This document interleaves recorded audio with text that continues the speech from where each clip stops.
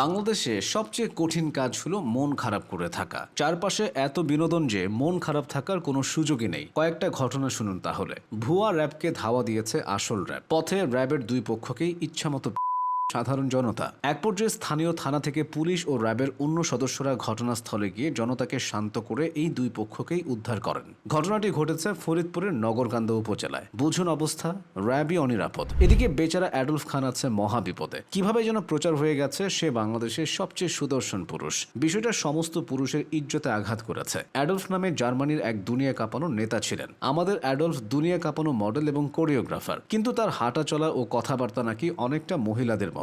এ কারণে অনেকে তাকে অপছন্দ করে। কিন্তু মহিলা বা মহিলা সংশ্লিষ্ট কিছুকে ছোট করে দেখা ঠিক না। বাংলাদেশের অধিকাংশ মানুষই আজীবন দুই মহিলার শাসনে থেকেছে। একজনকে তাড়াতে গিয়ে তো ইতিহাস লেখা হয়ে গেছে। এদিকে শুরু হয়েছে পারিবারিক কলহ।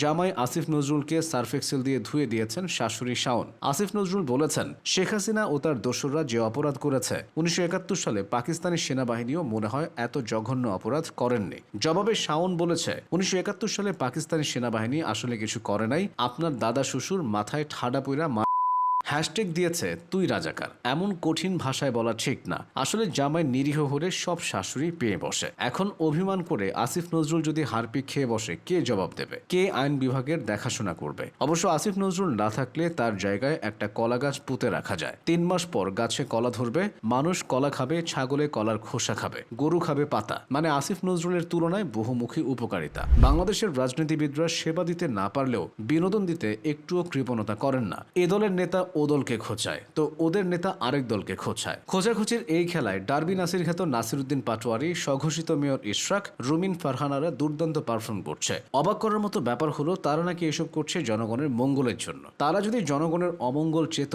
তাহলে কি করত? প্রবাসী প্রধানমন্ত্রী তারেক রহমানের কষ্টটা কেউ বুঝছে না। ভিডিও কলে সংসার টেকানো যায় না, বেচারা দেশ চালাচ্ছে। চাঁদাবাজির অভিযোগে বিএনপি হাজার হাজার নেতাকর্মীকে দল থেকে বহিষ্কার করছে। এভাবে চলতে থাকলে দেশনেতা দেশে নেমে দেখবেন সবাই জেলে, সে একা এয়ারপোর্টে। চাঁদাবাজিকে অনলাইনে নিয়ে এসেছে ওবায়দুল কাদের। অভিযোগ উঠেছে, শেখ হাসিনার সাথে ফোনে কথা বলিয়ে দেওয়ার বিনিময়ে ওবায়দুল কাদের তৃণমূল নেতাদের থেকে টাকা নিচ্ছেন। ক্রিকেট প্রসঙ্গে আসা যাক।